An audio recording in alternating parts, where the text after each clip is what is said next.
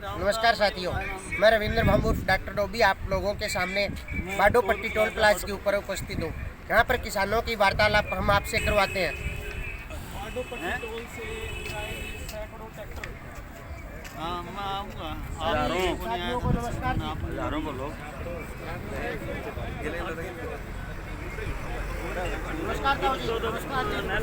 जी। Sir, आपने आप इन काले कानूनों के पक्ष में या विपक्ष में? सर, अरे गुरु जी, इनका पक्ष में तो कोई भी कोई नहीं। मैं के पूरा देश खिलाफ है। पूरा देश इन काले कानूनों के खिलाफ है। केवल मैं नहीं, पूरा देश खिलाफ है।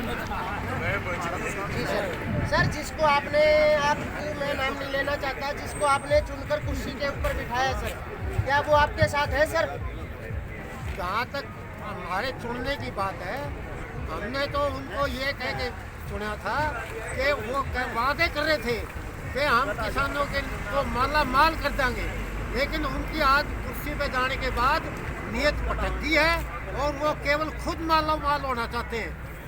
केवल एक चीज़ बची थी, कृषि।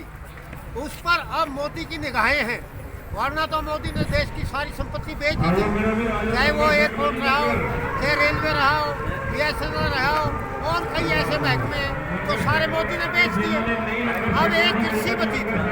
कृषि को समाप्त करने के लिए, किसानों की जमीन छोड़ने के लिए मोदी सरकार 70 साल की आज़ादी में ऐसी पहली सरकार है जिसने 3 बार पहले भूमि छोड़ने के लिए अध्यादेश जारी किए, लेकिन कांग्रेस सरकार का राज्यसभा में बहुमत भी था। मतलब 3 बार किसी भी प्रधानमंत्री ने कोई अध्यादेश जारी नहीं किया था और राज्यसभा में बहुमत नहीं होने के कारण वो तीनों अध्यादेश गिर गए। और अब ये काले कानून आए, ये भी कोई संसद में बात नहीं है। पत्रकार महोदय, आप देखते हैं कि कैसे धक्काशाही से राज्यसभा के अंदर बिना बहस किए, बिना कोई राय जाने, वो जबरदस्ती क्या कुछ कहना है और किसानों की आवाज हम बुलंद कर रहे हैं। आपसे कहूंगा ज्यादा से ज्यादा शेयर करें और महत्वपूर्ण अपडेट आपको देते रहेंगे आधार न्यूज हरियाणा के माध्यम से। तो कहूंगा शेयर करते, शेयर टू ग्रुप करते रहे। फिलहाल किसान यहाँ पर मौजूद हैं, उनसे बातचीत कर लेते हैं, उनका क्या कहना है। सर, जो काले कानून है तो आप उनके विपक्ष में यहाँ पे धरना कर रहे हैं सर, तो आपको कितने भी दोगे सर? यहाँ पे 25 तारीख से लगातार दौर बंद है और उसके बीच में भी हम पहले जैसे दिल्ली गए थे, दिल्ली 2 दिन राउंड लगाए और उसके बाद में यहाँ पर सर, जिस तरीके से गुरनाम सिंह चंदेगी पर आरोप लगाए जा रहे हैं कि करोड़ों रुपए का लेकर के उसने कांग्रेस के साथ एक षड्यंत्र किया है, बीजेपी की तरफ से ये आरोप है, क्या कहना चाहेंगे इस विषय में? ये सरकार की पॉलिसी है, ये सरकार का एक षड्यंत्र है। सरकार ने पहले भी कई गेम खेले, पहले भी कोशिश करी कमेटी को छोटा किया जाए, पहले भी किसी पर खालिस्तानी का वो लगाया, उधर से सरकार ने NIA के नोटिस भी भेजे, कहीं से किसी सरकार की बार नहीं पड़ी है। तो आखिरी में सरकार ने एक जो चौथी घंटा ये था कि जिसको भाई एक आरोप लगाए जाए और पैसे के यानी खारिज की जाए, इनके इन दरार। जिस तरीके से आज जो वार्तालाप होनी है, क्या कुछ उम्मीद है सरकार के साथ वार्तालाप में, क्या कुछ होने वाला है, क्या लगता है आपको? ये तारीख आगे दे देंगे 23 तारीख जहाँ तक हमें आसार है 23 या 24 तारीख देंगे, क्योंकि पहले भी हमें पता था ये आज की तारीख, क्योंकि उसके बाद में जब इसके ऊपर 23 या 24 तारीख को लाखों की तादाद में ट्रैक्टर और चले जाएंगे और लोग बात वहाँ पहुँच जाएंगे, इसके जब तक ना सब धुमा नहीं आवा तब तक ये मानने वाला नहीं है। जिस तरीके से गुरनाम सिंह जी का कहना है कि चाहे कुछ भी हो जाए हमें लिंक रोड पर जाना ही है, तो आपकी तरफ से क्या कुछ तैयारियां हैं लिंक रोड पर जाने के लिए? ऐसा हमारी तरफ से हिसार जिले से कई ज़्यादा ट्रैक्टर जाएंगे और पूरे हरियाणा से लाखों ट्रैक्टर जाएंगे और जो हाईकमान के जो आदेश मिलेंगे, जिस भी रोड को कहेंगे दिल्ली के अंदर घुसन की कहेंगे तो दिल्ली के अंदर घुसेंगे और दिल्ली के बाहर की यदि रिंग रोड की वो कहेंगे तो रिंग रोड पर करेंगे, जो हाईकमान का आदेश होगा हम वही करेंगे। सर, आपका शुभ नाम? सर, ये बताएं कि किस तरीके से आपकी तैयारियां जो हो रही हैं आने वाले 24 और 26 तारीख के लिए? ठीक है, हमारी तो बरवाड़ा क्षेत्र की मीटिंग और बरवाड़ा क्षेत्र की मीटिंग से पहले हम 24 तारीख को बड़ी संख्या में दिल्ली को कूच करेंगे और कुछ हरियाणा से 23 तारीख को भी जाएंगे। परंतु क्योंकि एकदम ज़्यादा भीड़ ना हो, हर गांव से किसी में बड़ा गांव में 100, 200, 50, 20, 30 बड़ी संख्या में किसान वहाँ और बड़ा उत्साह है, खासकर नौजवानों में। ये सबसे बड़ी खुशी की बात है। इस किसान मजदूर आंदोलन का नेतृत्व है नहीं, वो नौजवान बेटी करेंगे। सर अश्विनी जी, सर आप हाँ जी, आ जाओ, यहीं आ जाओ, पूरा नाम मैदान में आ जाओ। आवाज आएगी साथ में।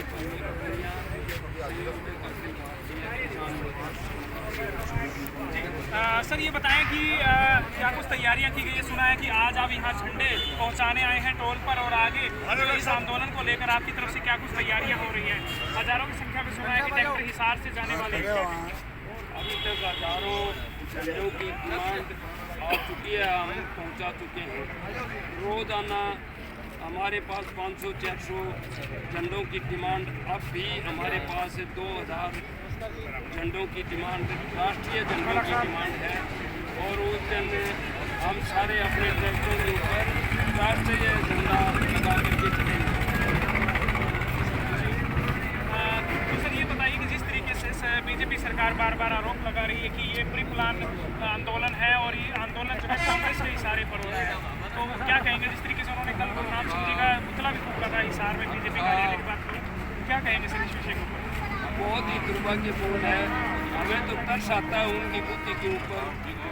बार बार कभी कांग्रेस की, कभी कम्युनिस्ट की, कभी आतंकवादी हैं, कभी नक्सलवादी हैं, इतने इल्ज़ाम लगाए जाते हैं और धरातल के ऊपर उनको भी पता है, लेकिन उनके पास कहने के लिए कुछ नहीं है, करना इनमें कुछ नहीं है।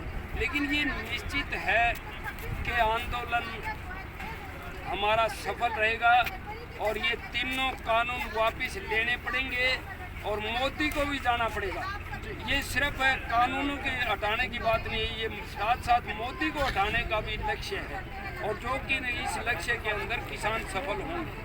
हमारे बच्चे बड़े बुजुर्ग 2 महीने से बैठे हैं। हमें तो बड़ी महसूस होता है कि ऐसा निर्दयी राजा कहाँ से पैदा हो गया। निसंतान राजा कभी पब्लिक का भला नहीं कर सकता, ये पुरानी कहावतें हैं और आज चरितार्थ हो रही है। कितना दुर्भाग्यपूर्ण है कि हमारी माँ, बहन, बेटी, बुजुर्ग 80-80, 90-90 साल के दिन और रात सड़कों के ऊपर है और ये जो आना सिर्फ तारीख पे तारीख है, सिर्फ नाम मात्र मीटिंग करते हैं। और हमारे नेतृत्व को मैं बहुत बहुत धन्यवाद देता हूँ कि उनके धैर्य की ये परीक्षा ले रहे हैं और हमारा नेतृत्व हर परीक्षा के अंदर सफल होता है। जो भी हम सवाल उठाते हैं उनका उनके पास कोई जवाब नहीं है। सर फंडिंग की बात की जाए तो इतना जो लाखों रुपए लग रहे, करोड़ों रुपए लग रहे हैं इस पूरे सिस्टम को चलाने के लिए, वो कहाँ से आ रहा है? सरकार यही, प्रशासन यही कह रहा है सरकार। अरे ये तो छोटा सा आंदोलन है। हमारे जो किसान है वो देश को चला रहा है। ये देश जो चल रहा है किसान के कंधों के ऊपर है, ना कि मोदी और अडानी और अंबानी के कंधों के ऊपर। जब खाने के लिए अनाज नहीं था, श्री लाल बहादुर शास्त्री जी ने आह्वान किया था कि हमें जो है ना एक टाइम का व्रत रख करके भी हम अनाज पूरा करेंगे। और उसके बाद के अंदर आज इतना अन्न पैदा कर दिया है कि भाई इनको स्टॉक करने के लिए कहीं जगह नहीं है। और मैं आपको ये बता देना चाहता हूँ कि इनकी कानूनों की वजह क्या है। इलेक्शनों से पहले इन्होंने अंबानी और अडानी से बहुत बड़ा एग्रीमेंट किया हुआ है कि हम आपको ये कानून लेके देंगे जिससे आप पूरी खेती के ऊपर आपका कब्जा होगा। और इलेक्शन से पहले बहुत बड़ा फंडिंग हुई है, बहुत बड़ा एग्रीमेंट है, अरबों खरबों रुपए जो आना इलेक्शन के अंदर लेकर के ये हमारे ऊपर काले कानून थोप दिए हैं। कितना दुर्भाग्यपूर्ण है। धन्यवाद धन्यवाद। जी सर, आपका शुक्रिया। सत्यवीर सिंह गढ़वाल, कोषाध्यक्ष अखिल भारतीय किसान मजदूर समन्वय संगठन। जी सर, लगातार जिस तरीके से आरोप लग रहे हैं गुरनाम सिंह चढ़ूनी साहब पर लग रहे हैं, काका साहब जो मध्य प्रदेश के किसान यूनियन के प्रवक्ता हैं वो आरोप लगा रहे थे, या जिस तरीके से अखबार में ये बात आई थी उसके बाद वो वापस अपनी बातें ले रहे थे काका साहब की मैंने ऐसा कुछ नहीं कहा। तो सारे प्रकरण को आप किस तरीके से देखते हैं? ये जो प्रकरण है सोचे समझे चलते हैं। जब आंदोलन लंबा खिंचता है, सरकार को देख गया कि किसानों का आंदोलन बहुत ही मजबूत चल रहा है, इस आंदोलन को तोड़ने के लिए ये जो काका साहब ने ऐसी बात नहीं की, वो अखबार ने घुमा फिरा के ऐसी बात कही। और जो हमारी 40 सदस्यीय संयुक्त मोर्चा की जो कोर कमेटी है, उसके अंदर भी इस बात का डिस्कस हुआ। और ये जो है ना, उसमें स्पष्ट हो गया कि चुड़ूनी साहब ने ऐसा कुछ नहीं किया, काका साहब ने कहा ऐसी कोई बात नहीं थी। तो ये तो खाली आंदोलन को तोड़ने के लिए सरकार ऐसा कर रही है। अब जिस तरीके से आंदोलन चल रहा है, क्या कुछ कहना चाहेंगे इस विषय के ऊपर? अभी तक का जो आंदोलन देख रहे हैं, क्या अभी तक का आंदोलन दुनिया का सबसे बड़ा आंदोलन और बहुत ही शांतिप्रिय आंदोलन है। और इस शांतिप्रिय आंदोलन की वजह से हमारी जो केंद्र की सरकार है बिल्कुल डरी हुई है, बौखलाई हुई है। और ये जो चुड़ूनी के ऊपर जो आरोप लगाए गए, ये सरकार की बौखलाहट का जो है ना एक परिणाम था, एक नमूना था। और हमारा आंदोलन आज लगभग 2 महीने हो गए। 2 महीने इतना लंबा आंदोलन चला है और इस इतने लंबे आंदोलन के दौरान हमारी कम से कम 80 से ऊपर किसानों की शहादत होगी। और इतनी बड़ी शहादत के बाद भी किसान जो है ना, उसको पता है अगर ये 3 काले कानून वापिस नहीं हुए तो वो तीन ये 80 जो शहादत है ना, ये नहीं पूरी किसानी मर जाएगी। तो इसको मद्देनजर रखते हुए किसान बहुत ही शांतिप्रिय ढंग से दिल्ली के चारों ओर बैठा हुआ है।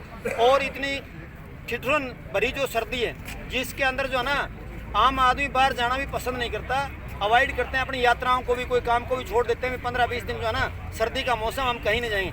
लेकिन इस इतनी ठंड के बावजूद भी दिल्ली के चारों ओर और जहाँ कोई सुविधा नहीं है, अपने ट्रैक्टरों की ट्रालियों के अंदर बैठा हुआ है। तो सरकार बिल्कुल बौखलाई हुई है और ये आंदोलन हमारा बिल्कुल सही दिशा में चल रहा है और हम इस आंदोलन को 100% जीतेंगे, ये हमें पूरी उम्मीद है। धन्यवाद सर।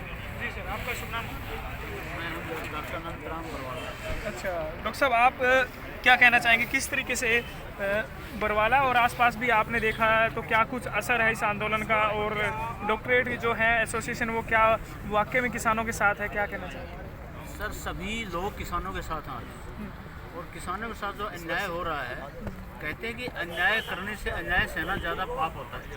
तो किसान एकजुट होकर के एक बहुत मजबूत नेतृत्व के साथ इसका संघर्ष कर रहे हैं। सरकार की ये कोशिश थी कि किसी तरह से इनको हतोत्साहित किया जाए और इस आंदोलन को ये थक जाएंगे, लेकिन किसान एक अन्नदाता है जो हमारे देश का, वो हतोत्साहित नहीं हुआ और ना वो निराश हुआ है। अब वो अपनी मांगों को पूरा करने के लिए पूरी तरह से भरसक प्रयास कर रहा है। उनकी ये जो प्रयास है वो सफल होगा। आने वाले समय में सरकार को छोड़ना भी पड़ेगा और ये कानून भी वापस लेने पड़ेंगे, क्योंकि ये कानून सरासर किसानों के साथ अन्याय है। किसानों के साथ नहीं, हर वर्ग के साथ ही अन्याय है। तो अन्नदाता ही जब अच्छी तरह से अपना काम नहीं कर पाएगा, अपना गुजारा नहीं कर पाएगा, तो जो सारे देश का भरण पोषण करता है वो बाकी वर्ग और कैसा काम करेगा। धन्यवाद डॉक्टर साहब, महत्वपूर्ण जानकारी आपने हमारे साथ साझा की। सभी से कहूँगा कि शेयर करते रहें, शेयर को ग्रुप करते रहें। एक और साथी हमारे साथ जुड़े। सर, आप इनसे अलग क्या कुछ कहेंगे? इसके अलग ये कहूँगा, ये जो आंदोलन है, ये केवल आंदोलन कृषि कानूनों का आंदोलन नहीं है, ये देश को बचाने का आंदोलन है। इस दुनिया के अंदर इससे पहले 3 क्रांतियाँ आई हैं। रूस की क्रांति आई, फ्रांस की क्रांति आई और आयरलैंड की क्रांति आई। ये क्रांति का थोड़ा हमें मतलब समझाना चाहूँगा। क्रांति का मतलब है बदलाव, तो व्यवस्था का बदलाव। जो इस देश के अंदर आज़ादी से पहले नारे लगते थे, देश के अंदर पूंजीवाद को भगा करके समाजवाद लेना है। समाजवाद का मतलब है समानता का अधिकार। और हमारे बाबा साहब डॉक्टर भीमराव अम्बेडकर ने संविधान की पहली पेज के ऊपर समानता का अधिकार लिख रखा है। समानता असमानता फैलाना चाहता है ये प्रशासन। पूंजीपतियों को, आम जो किसान और मजदूर वर्ग है, जो इस देश का निर्माण करने वाला है, किसान और मजदूर ही इस देश को चलाते हैं। तो समानता के अधिकार के तहत ऐसा होना चाहिए कि जैसे मजदूर किसी फैक्ट्री में काम करता है, उस फैक्ट्री का जो भी प्रॉफिट होता हो मजदूरों में और फैक्ट्री के मालिक में बराबर से बंटवारा हो।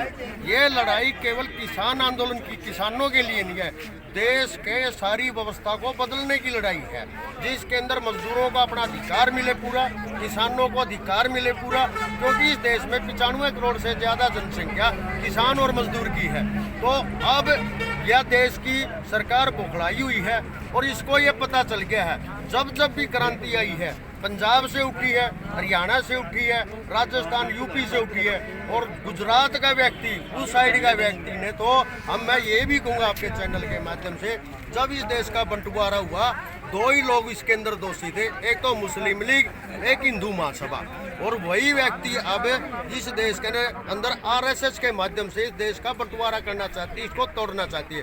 लेकिन हम किसान और मजदूर जो लोग हैं, हम इस देश को बचाएंगे और इस देश का निर्माण करता लोग हैं। सर आपका क्या कहना है? अभी आ रहे ना, अब जिस तरीके से आंदोलन चल रहा है, क्या कुछ कहेंगे अपने विचार किस तरीके से? हमारी ये जीत धन्यवाद सर, बहुत बहुत धन्यवाद। और लगातार अपडेट आपको मैं देता रहूँगा आधार न्यूज़ हरियाणा के माध्यम से, और शेयर करते रहें। हेलो, ठीक है साथियों, अभी आपको बाडोपट्टी टोल प्लाजा के ऊपर तो आपको यहाँ पे उनका वातावरण दिखा दिया है। आगे आपकी नई अपडेट में जल्द से जल्द आपको पहुँचाने की कोशिश करूँगा। धन्यवाद। अभी आपकी वार्तालाप कुमारी शैलजा जी से करवाते हैं, जो कि प्रदेशाध्यक्ष कांग्रेस से हैं।